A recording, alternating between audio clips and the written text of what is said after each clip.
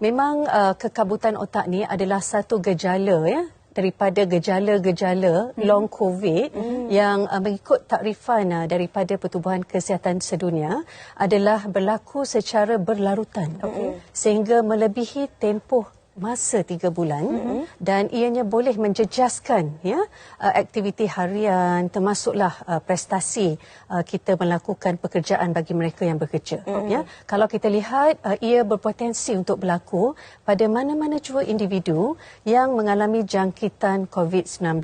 Bagaimanapun kalau kita melihat prevalence tadi ya, anggaran peratusan yang mengalami kekabutan otak atau brain fog ini adalah sekitar 4 sehinggalah 47% ya. Dan kita mendapati bahawa terdapat segelintir mereka yang mendapat jangkitan COVID-19 ni lebih berisiko mengalami long COVID termasuklah gejala kekabutan otak ini.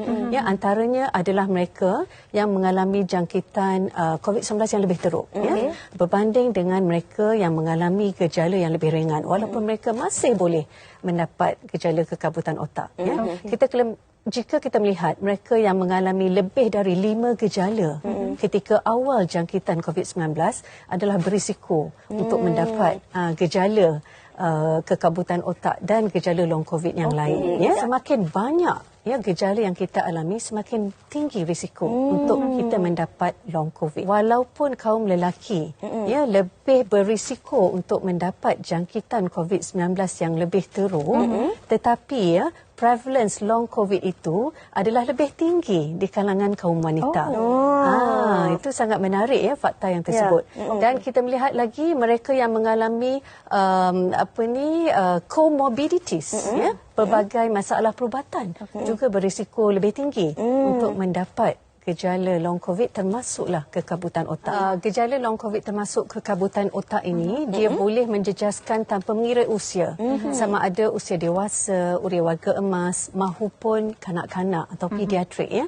Dan kita melihat kajian yang sedia ada setakat ini lebih kepada memfokus kepada populasi dewasa. Ya, walaupun telah ada kajian-kajian melibatkan long COVID termasuk kekabutan otak di kalangan kanak-kanak cuma tidaklah sebegitu meluas seperti mana populasi dewasa. Dan kita melihat bahawa prevalent di kalangan kanak-kanak adalah sekitar 4 hingga 61%. Jadi dia sangat wide ranging ya, sangat luas dia punya prevalence tadi.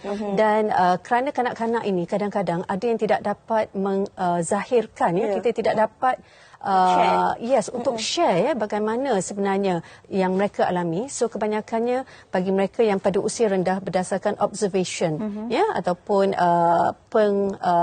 kita melihat kepada observation oleh parents mereka, termasuklah guru kalau di peringkat di sekolah. Kalau kita melihat gejala long COVID ni dia jarang berlaku secara hanya satu gejala ya.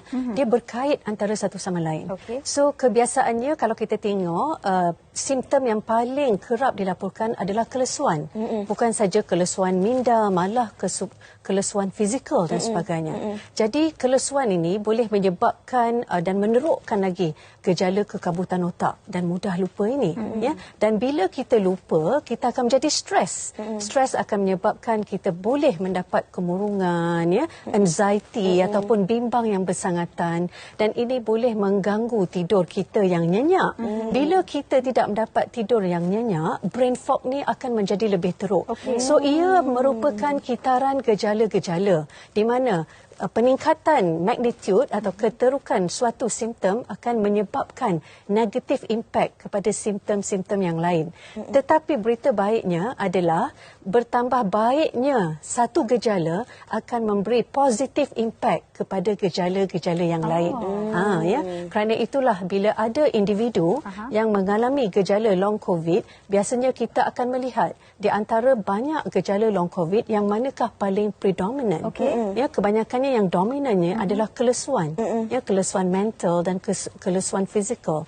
So kita mempunyai strategi tertentu. Pertama adalah menilai impact kelesuan tersebut kepada fungsi asas harian dan prestasi sekiranya pelajar, prestasi pembelajaran, sekiranya bekerja, performance at work kan, bagaimana prestasi dia di perangkat kerja, dan sekiranya sangat serius ia memerlukan program rehabilitasi yang berstruktur.